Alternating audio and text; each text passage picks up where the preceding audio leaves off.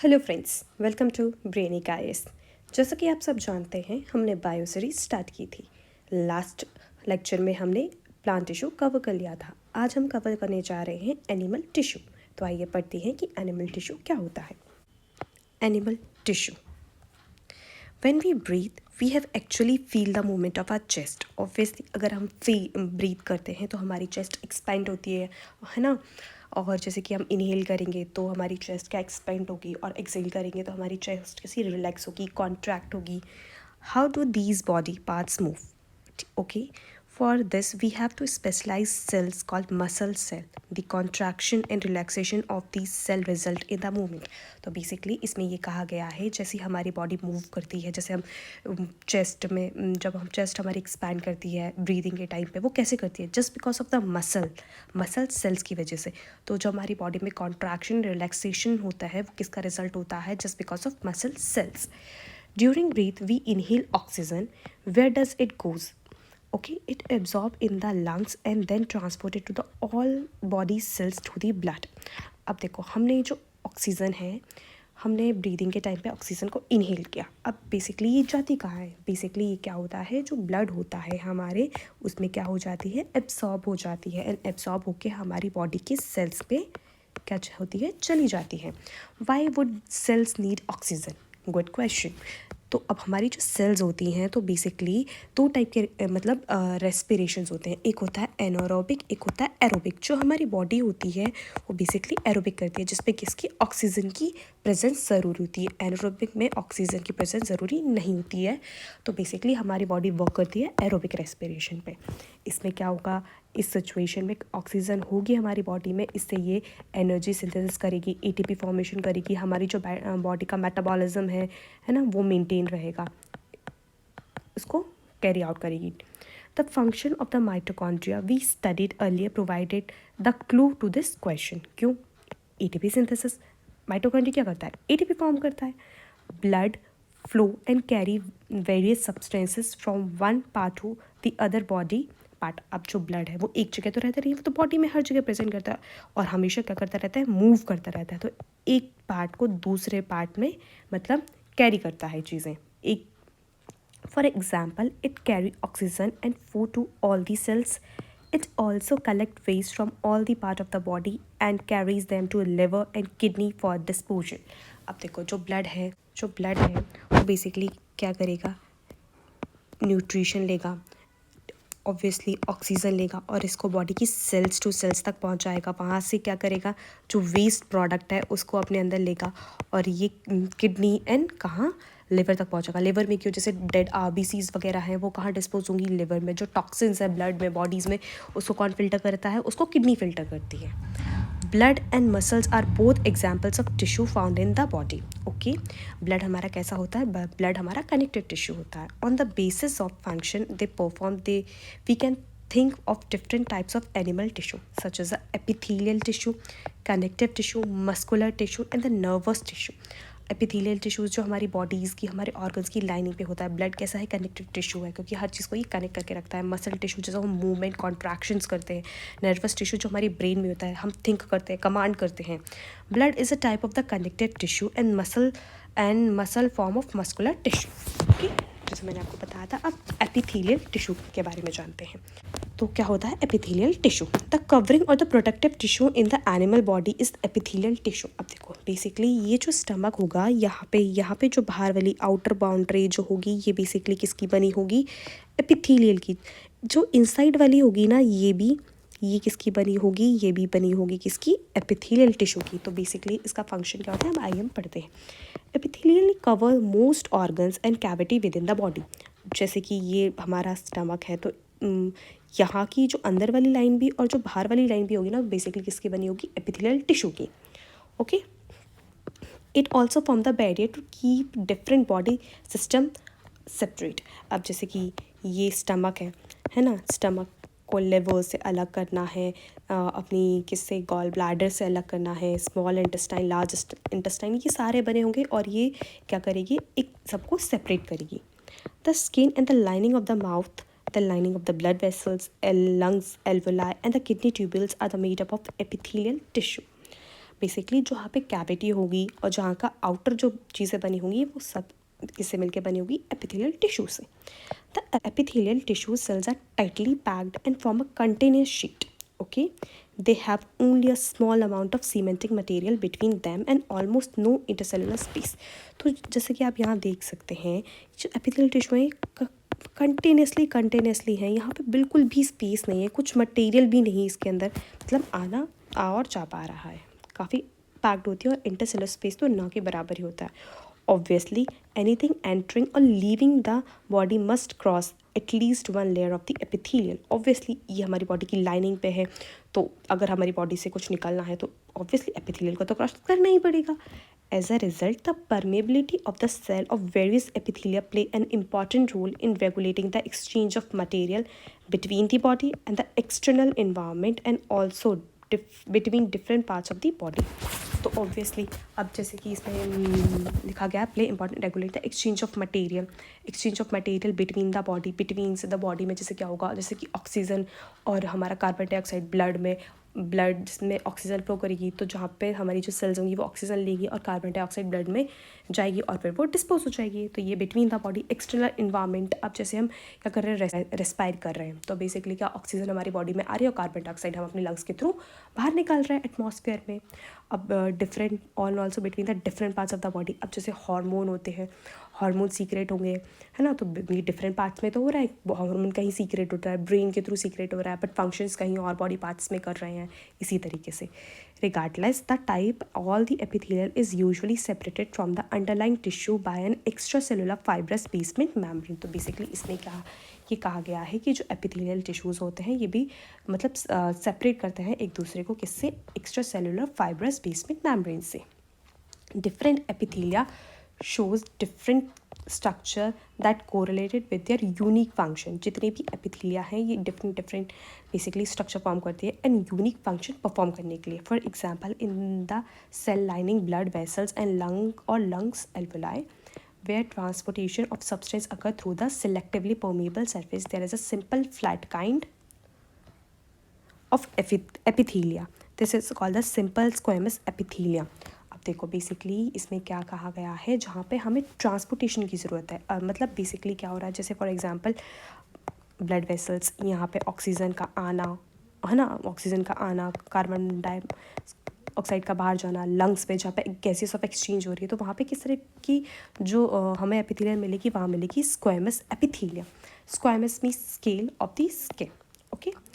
Simple squamous epithelium cells are extremely thin and flat and form a delicate lining। अब देखो gas exchange करनी है तो मोटी लेयर तो होगी नहीं, तो पतली लेयर चाहिए रहेगी। तो बेसिकली ये जो स्क्वामस एपिथेलियम होती है ये थिन एंड फ्लैट और डेलिकेट लाइन होती है। The oesophagus and the lining of the mouth are also covered with squamous epithelium। The skin which protect the body are also made up of squamous epithelium।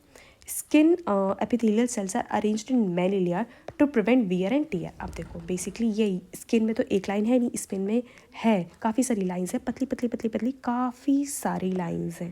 तो basically ये क्या करती है, wear and tear. अब ऐसा तो है नहीं कि हमने स्किन को हमारे हाथ लगाया, हमें चोट लगी तो स्किन फट जाती है, नहीं, ये बेसिकली मिलके एक थिक सी लेयर बनाती हैं जो कि हमें वियर एंड टियर से प्रोटेक्ट करती हैं।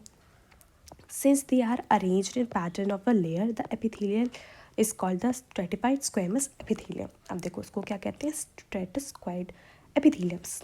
अब क्यों, क्योंकि ये डिफरेंट लंबी लाइन में प्रेजेंट होती हैं, इसलिए इसको हम क्या कहते हैं, stratified squamous epithelium. When absorption and secretion, जहाँ पे हमें ज़रूरत पड़ेगी as a inner lining of the intestine. क्यों, एब्जॉर्प्शन करना है, फूड डाइजेस्ट होगा तो एब्जॉर्ब होगा, सीक्रेशन जो वेस्ट फूड मटेरियल होगा वो आगे बढ़ेगा, ओके।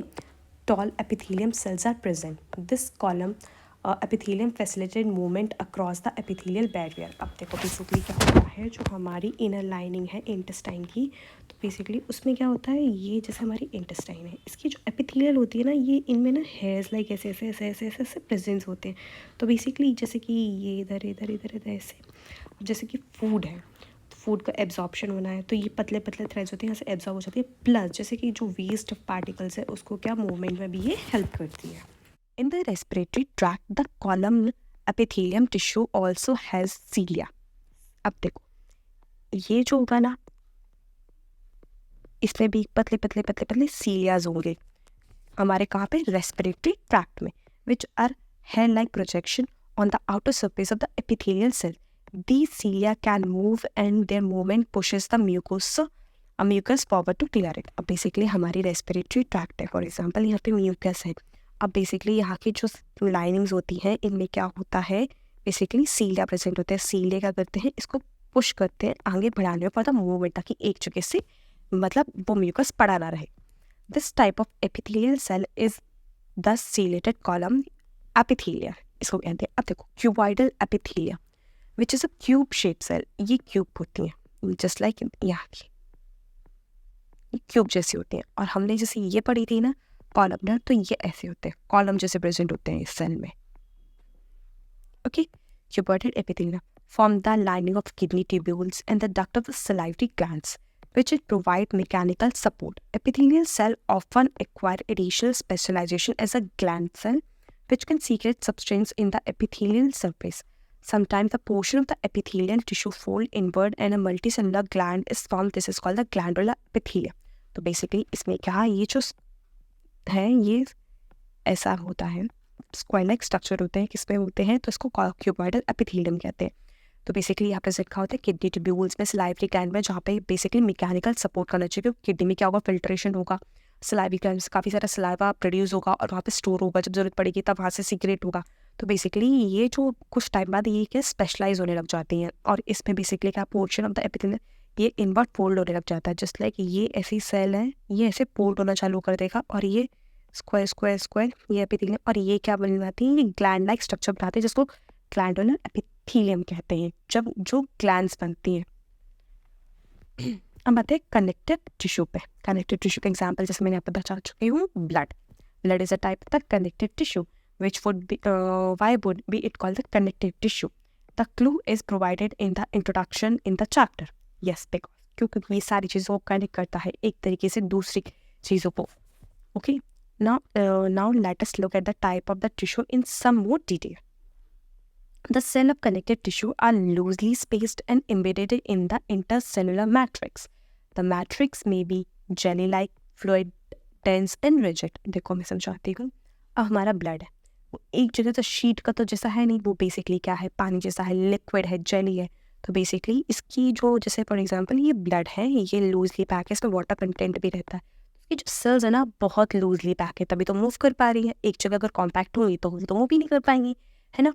इसीलिए इंटरसेलुलर स्पेस काफ़ी सारा रहता है. देखो आप डिफरेंस देख सकते हैं, एक सेल यहाँ एक सेल यहाँ, काफ़ी सारा है, मतलब दूर दूर है.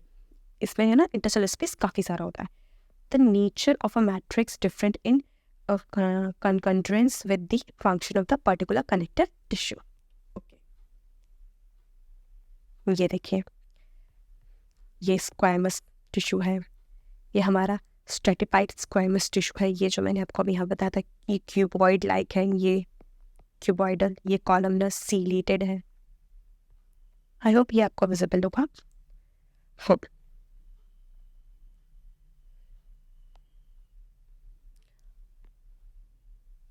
Blood is a fluid, liquid matrix called plasma, in which red blood cells, RBC, and white blood cells and platelets are suspended.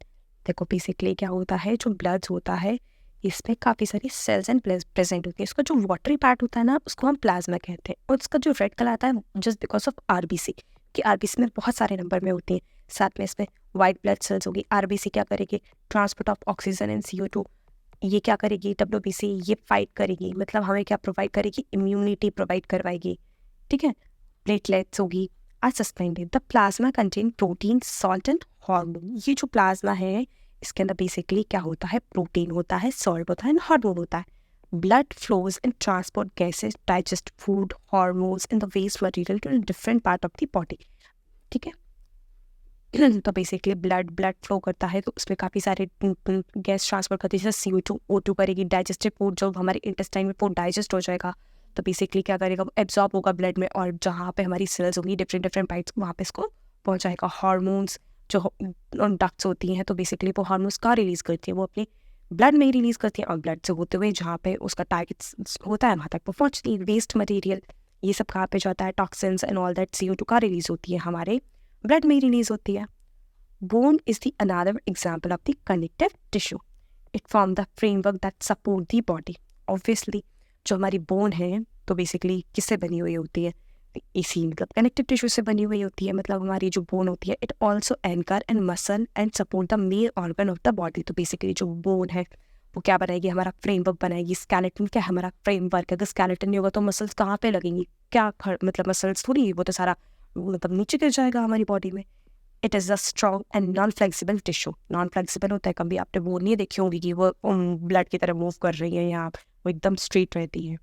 Bone cells are embedded in the heart matrix that is composed of calcium and phosphorus compound।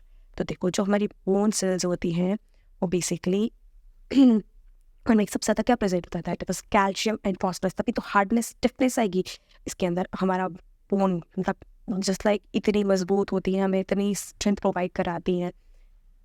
Two bones can be connected to each other by the another type of connective tissue is called the ligament। अब देखो जैसे ये bone है ना,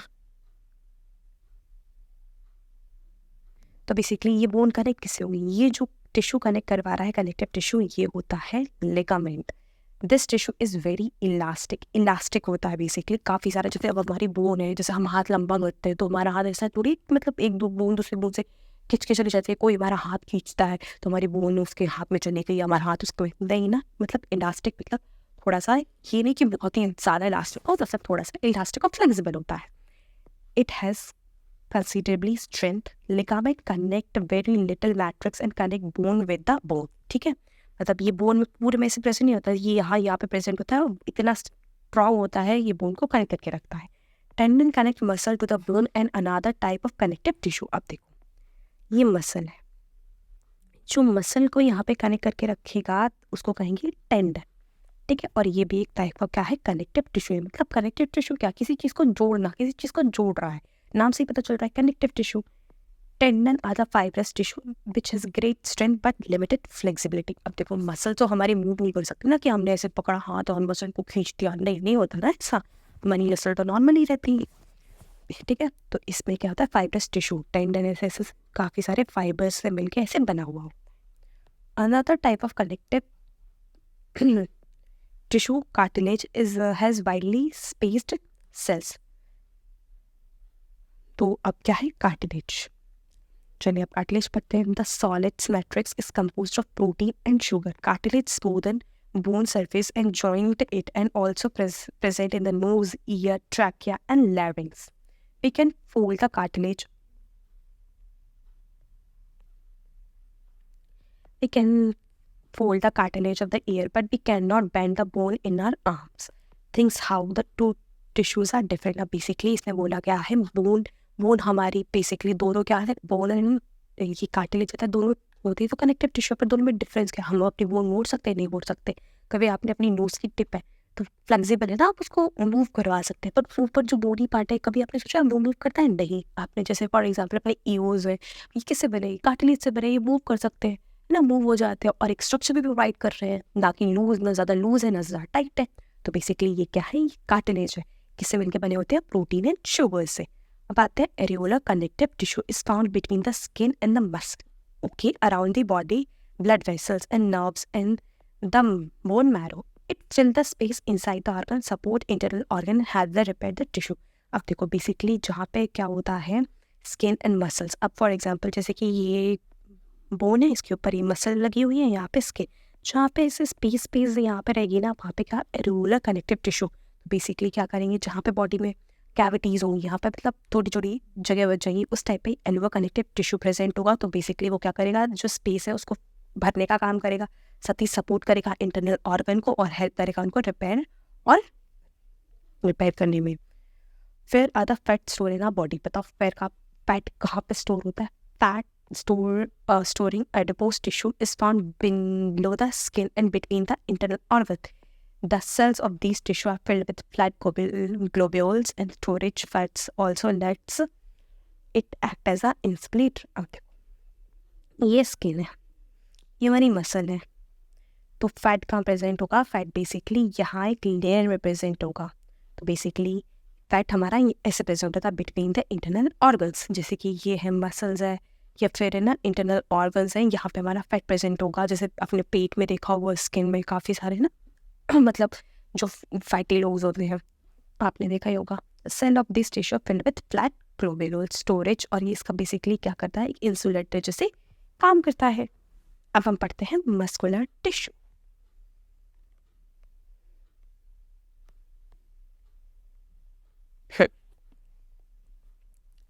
Muscle contains special protein called contractile protein which contract in readiness to cause the movement। अब हमारी जो muscle हो गई, हम चल रहे हैं तो क्या हो रहा है, कॉन्ट्रैक्ट हो रहा है, रिलैक्स हो रही है, कॉन्ट्रैक्ट हो रही है, रिलैक्स हो रही है। तो बेसिकली इसमें दो टाइप के प्रोटीन होते हैं, एक होता है मतलब कॉन्ट्रैक्ट करने के लिए, रिलैक्स करने के लिए। तो इसमें जो प्रोटीन्स होते हैं उनको जो कॉन्ट्रैक्ट और रिलैक्स करने में हेल्प कर रहे हैं उनको कॉन्ट्रैक्टाइल प्रोटीन कहते हैं। जैसे ये मसल्स है, इसकी ये न्यूक्लियाई स्ट्रेटिफिकेशन है, लंबे लंबे है ना।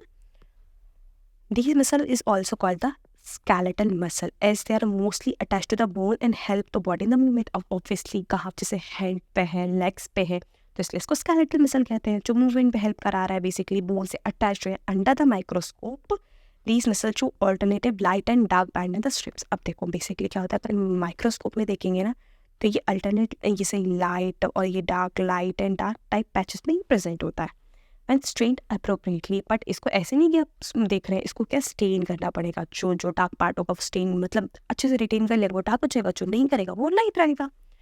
As a result they are also called the striated muscle. Striated इसलिए हम स्ट्राइटेड मसल भी कहते हैं, क्यों, डार्क एंड लाइट कलर की पैचेस की वजह से। The cell of the tissue are long, cylindrical, unbranched and uninucleated, जैसे ये दिख रहा है, ठीक है। तो बेसिकली क्या होगा, लॉन्ग होगा, अनब्रांच्ड होगा, मतलब ऐसे ब्रांचेस नहीं बनेंगी इसके अंदर, ये long, cylindrical and multi nucleated होगा। क्यों, क्योंकि एनर्जी चाहिए।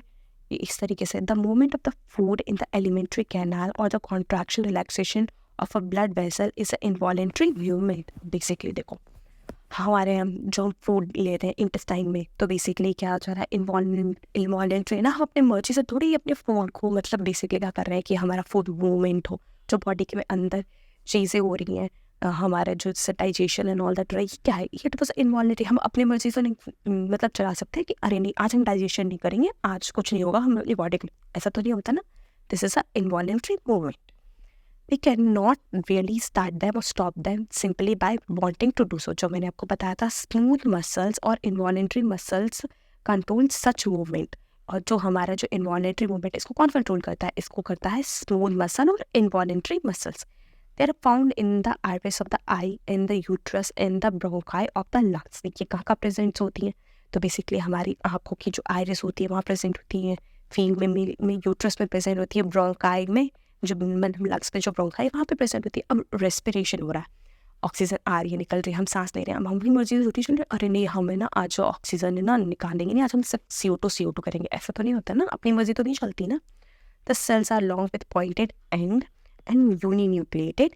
दे are also called unstriated muscles. तो बेसिकली ये जो मसल्स होती हैं ये मतलब ये भी ऑलमोस्ट कैसे होंगी, पॉइंटेड एंड्स होंगे इस तरीके से, ये आपको दिख रहा है, पॉइंटेड एंड्स होंगे, यूनिन्यूक्लिएटेड होती है एक तरीके से, और अनस्ट्राइटेड होती है, मतलब डार्क एंड लाइट नहीं होता, एक ही कलर के होंगे ये। The muscles of the heart show rhythmic contraction relaxation throughout the life. These involuntary muscles are called the cardiac muscles. Heart muscle cell that cylindrical branch and nucleate. अब तो हमारी heart की muscle है, तो basically वो कैसी है, वो तो कंटिन्यूसली हाँ मतलब इनवॉलेंट्री है ना। आप वो अपनी मर्जी से, ये नहीं कि अरे आज तो हम है ना हमारा दिन धड़क रही है, आज तो हम रेस्ट करेंगे, ऐसे तो हम मर ही जाएंगे। तो बेसिकली जो हमारी हार्ट की ये जो मसल्स होती हैं वो इनवॉलेंट्री मसल्स होती हैं, और इस मसल को कहते हैं हम कार्डियक मसल।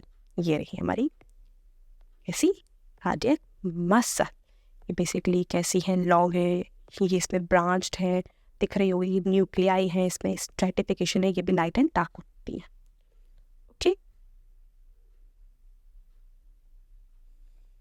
फिर अब हम बढ़ते हैं nervous tissue. All cell process are ability to respond to the stimuli, however cells of the nervous tissue are highly specialized of being stimulated and transmitting the stimulus very rapidly from one place to another place within the body। अब देखो जो nervous sales होती हैं तो basically ये इसमें specialisation होता है स्टिमुलेट करने का। अब जैसे पर हमारी बॉडी में कहीं चोट लगी, हमारे जैसे हाथ पे कोई अगर पिन चुभा, तो पर वो हमारे हाथ पे चुभा है ना, पर एकदम से हमारी ब्रेन में स्टिमुलस पहुंचता है कि अरे हमारा हाथ पे चुभा, और हम तुरंत अपना हाथ हटाते हैं। तो बेसिकली ये क्या है, एक तरीके का रिफ्लेक्स है, एक तरीका स्टिमुलस है चीज़ों को करने का। देन ट्रांसमिटिंग, अब एकदम से ब्रेन ने ना अपना सिग्नल ट्रांसमिट करा कि पेन से हाथ हटाओ, तभी तो दर्द बंद होगा। अगर पेट पे हाथ रखे रहेंगे तो बेसिकली क्या हमें और हर्ट होगा। The brain and spinal cord and nerve are all composed of the nervous tissue। अब देखो नर्वस टिश्यू में क्या क्या आता है, ब्रेन आएगा, ब्रेन के साथ साथ क्या आएगा, स्पाइनल कॉर्ड आएगी, एंड इसके अलावा क्या आएंगी, जितनी भी नर्व्स होती है ना, they are the part of the nervous tissue. The cell of this tissue are called the nerve cell or the neuron। अब न्यूरॉन को पढ़ते हैं। The neuron consists of cell body and the nucleus at the cytoplasm। तो ये क्या है, पूरा nerve tissue है। तो बेसिकली ये है न्यूरॉन, इस पूरे को न्यूरॉन कहते हैं। तो बेसिकली ये है इसका न्यूक्लियस, ये इसके डेंड्राइट है, ये साइटोन है, इसको एक्सॉन कहते हैं। ठीक है, यहाँ से बेसिकली क्या आएगा, इससे स्टिमुलस आएगा, ये कंडक्ट करेगा और यहाँ से क्या होगा, ट्रांसमिट होगा। Okay, which have long thin hair like parts arises usually each neuron is a single long part process करेगा। एक्सॉन होगा, ये क्या करेगा, process called the axon and many short branch parts ये is called, ये भी process करेगा dendrites. And individual nerve cell में and up of a meter long, मतलब ये 1 मीटर तक भी लंबी हो सकती है। Many nerve fibre bound together by connected tissue makeup a nerve. तो बेसिकली ये जो नर्व्स बनती हैं, जो हमारी नर्व्स प्रेजेंट होती हैं, तो उसमें क्या प्रेजेंट होता है, न्यूरॉन प्रेजेंट होता है, कनेक्टेड टिश्यू इसको बाइंड करके रखता है और एक नर्व का फॉर्मेशन करता है। A signal that passes along the nerve fiber is called a nerve impulse। Nerve impulse allow us to move our muscle when we want to। The functional combination of nerve and muscle tissue is a fundamental of the most animal। This combination enable animal to move rapidly in response to stimuli। अब देखो basically क्या रहेगा, जो nerves होती हैं, जो nerves होंगी तो बेसिकली हमारे मसल्स में भी सारी इम्पेडेड रहेंगी ना ये नर्व्स एंड, तो बेसिकली ये दोनों मिलके हमारी जो बॉडी में मूवमेंट करना चाह रहे हैं, जैसे हम चलना चाह रहे हैं, तो हमारी मसल्स को जब हमारा ब्रेन हमारे न्यूरॉन से स्टिमुलाई आएगा, वो प्रोसेस करेगी कि हम कमांड दे रहा है ब्रेन टू मूव, तभी हम चल पा रहे हैं, अपने हाथ को मूव कर पा रहे हैं, लिख पा रहे हैं, पढ़ पा रहे हैं, ये इस तरीके से। तो बेसिकली अब देखो एक्सॉन और न्यूरॉन काम कैसे करता है, मैं आपको ये भी बताती हूँ। फॉर एग्जाम्पल ये एक न्यूरॉन है, ये एक न्यूरॉन है, ये बेसिकली इसके डेंड्राइट्स हैं, ये भी इसके डेंड्राइट्स है, इसकी एक्सॉन, ये इसकी एक्सॉन, काफ़ी लंबा एक्सॉन है इसका, और ये बेसिकली इसकी नर्व एंडिंग। तो ये एंडिंग इस पे करेगी, ये इसको प्रोसेस मतलब स्टिमुलस दिया, ये यहाँ पे कंडक्ट करके आगे ट्रांसमिट करेगा। ऐसी एक लंबी सी चेन होती है, ये सारे मिलकर नर्व्स बनाते हैं और ऐसी हमारी बॉडी वर्क होती है। तो बस आज के लिए इतना ही। आई होप आपको समझ आएगा। Thank you. Please follow and subscribe our channel that is Preeti guys.